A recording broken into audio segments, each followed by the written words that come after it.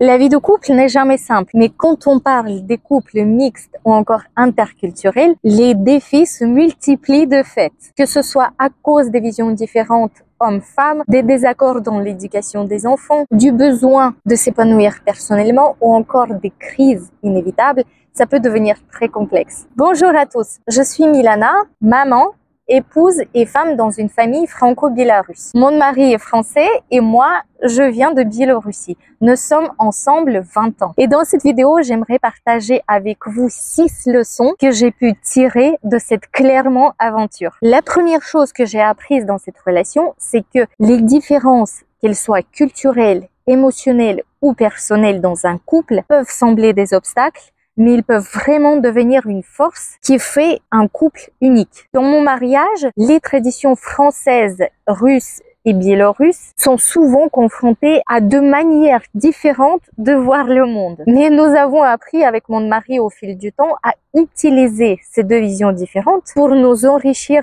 mutuellement. Ici, la leçon clé, ça sera vraiment d'écouter et d'apprendre l'autre. Respecter ces différences, tout en créant ensemble des traditions qui nous unissent à l'intérieur d'un couple. Deuxième leçon que j'ai apprise, c'est que dans un couple interculturel, les rôles qui incombent à l'homme et à la femme peuvent être très différents. Et ça peut vraiment créer des tensions si on ne trouve pas un terrain d'entente. Mon mari et moi venons des cultures où les attentes concernant les rôles dans un couple ne sont pas du tout les mêmes. Ça sera l'objet d'une autre vidéo. Mais en communiquant, nous avons réussi à trouver un terrain d'entente qui nous correspond à tous les deux. Et ici, la leçon clé, ça sera de ne pas se renfermer dans des stéréotypes qui sont finalement imposés par la culture et la société, mais trouver un équilibre qui correspond aux 2 personnes. Troisième leçon que j'ai pu tirer de ces 20 ans, c'est que d'abord, il faut être heureux individuellement, personnellement et en solo avant d'être heureux en couple. Je me suis souvent demandé comment est-ce que je peux être heureuse en tant qu'épouse et maman. Mais finalement, j'ai compris que si moi, Milana, je ne suis pas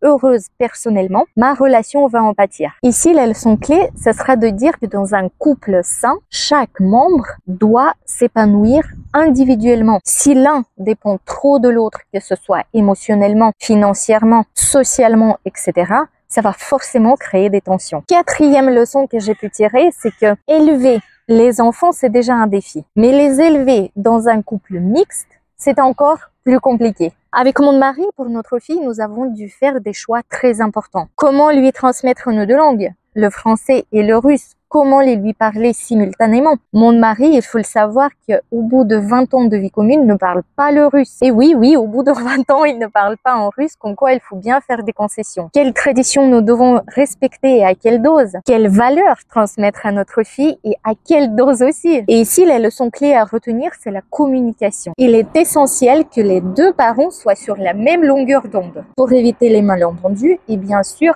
pour éviter que les enfants se sentent coupables dans les conflits à cause des malentendus des adultes. 5e leçon, c'est qu'aucune relation n'échappe aux crises. Et les couples mixtes peuvent avoir beaucoup plus de crises à cause justement de leurs différences. Avec mon mari, nous avons traversé beaucoup de crises à cause de la vision différente du monde, à cause de la vision de la différence des rôles à l'intérieur d'une famille, à cause même de la politique et des traditions. Mais ce sont aussi des moments où nous avons appris à nous écouter. Et la leçon clé ici à retenir, ça sera que chaque crise demande de la patience, beaucoup de communication et surtout le respect. Si chacun est prêt à faire des efforts, même les moments difficiles peuvent renforcer une relation. Et 6e chose importante, c'est la plus importante je pense, c'est l'amour et le respect. Et ces 2 choses sont finalement étroitement liées parce que sans amour, le respect est impossible et sans le respect, l'amour l'est impossible aussi. Pourquoi? Eh bien parce que premièrement, l'amour, c'est quelque chose qui nous attire vers l'autre. C'est ce qui nous donne l'envie de construire une vie ensemble. Mais l'amour seul ne suffit pas. Pourquoi?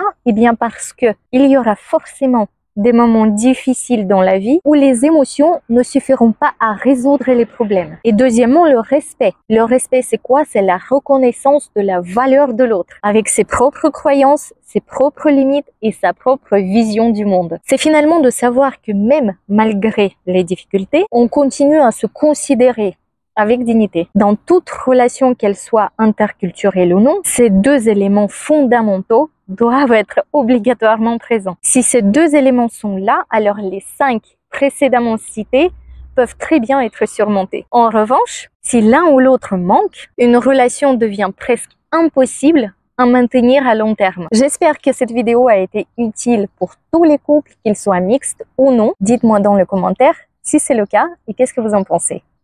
À bientôt!